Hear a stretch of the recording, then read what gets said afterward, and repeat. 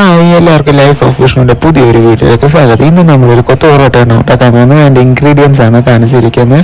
അങ്ങനെ ആദ്യമേ നമുക്കൊരു പാൻ എടുത്ത് അതിലോട്ട് കുറച്ച് എണ്ണ ഒഴിച്ചിട്ട് എണ്ണ തിളയ്ക്കുന്ന കഴിഞ്ഞിട്ട് നമുക്ക് ഉള്ളിയും പച്ചമുളകും ഇട്ട് അത് ചെറുതായിട്ടൊന്ന് വാടി കഴിയുമ്പോഴത്തേക്കിന് ജിഞ്ചർ ഗാർലിക് പേസ്റ്റ് നമുക്ക് ഇടണം.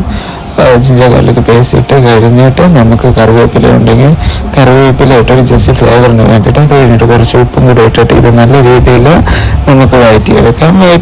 അതിൻ്റെ ഒരു പച്ചക്കുത്തലൊക്കെ പോകുന്നിടം വരെ നമുക്കിതിങ്ങനെ വഴറ്റിയെടുക്കണം. തീ കുറച്ചിട്ടിട്ട് വേണം വഴറ്റാനും. പിന്നെ തക്കാളി ഇട്ടിട്ട് തക്കാളി ഒന്ന് സോഫ്റ്റ് ആകുന്നിടം വരെ വഴറ്റി കൊടുക്കണം. അങ്ങനെ അതെല്ലാം വഴറ്റി കഴിഞ്ഞിട്ട് നമുക്ക് മസാല ഇടാം. അതിന് മഞ്ഞൾപ്പൊടി, മുളക് പൊടി, കുരുമുളക്, പിന്നെന്താ മല്ലിപ്പൊടി, ഗരം മസാല, പിന്നെ വേണമെങ്കിൽ കുറച്ച് ചിക്കൻ മസാലയും കൂടി ഇട്ടിട്ട് നല്ല റോസ് സ്മെല്ല് പോകുന്നിടം വരെ നമുക്ക് വഴറ്റി കൊടുക്കണം. അത് കഴിഞ്ഞിട്ട് നമുക്ക് മുട്ടയും കൂടി ഇട്ടിട്ട് മുട്ട ഒരു ഡ്രൈ ആയി വരുന്നിടം വരെ വഴറ്റി അതിൻ്റെ കൂടെ പൊറോട്ടയും ഇട്ട് പൊറോട്ട മസാലയും കൂടെ ഒന്ന് യൂസ് കഴിഞ്ഞിട്ട് നിങ്ങളുടെ കയ്യിൽ എന്തെങ്കിലും ഗ്രേവി, ചിക്കൻ ഗ്രേവിയോ ബീഫോ എന്തെങ്കിലും ഉണ്ടെങ്കിലും അത് ഓപ്ഷനിലാണ്. എൻ്റെ ചിക്കൻ ഗ്രേവി ഉള്ളതുകൊണ്ട് ഞാൻ ഇട്ട് കൊടുത്തിട്ട് ആ പൊറോട്ട നല്ല രീതിയിൽ സോഫ്റ്റ് ആയിട്ട് നല്ല രീതിയിൽ നമുക്ക് കുത്തി പിടിച്ച് കൊടുക്കണം.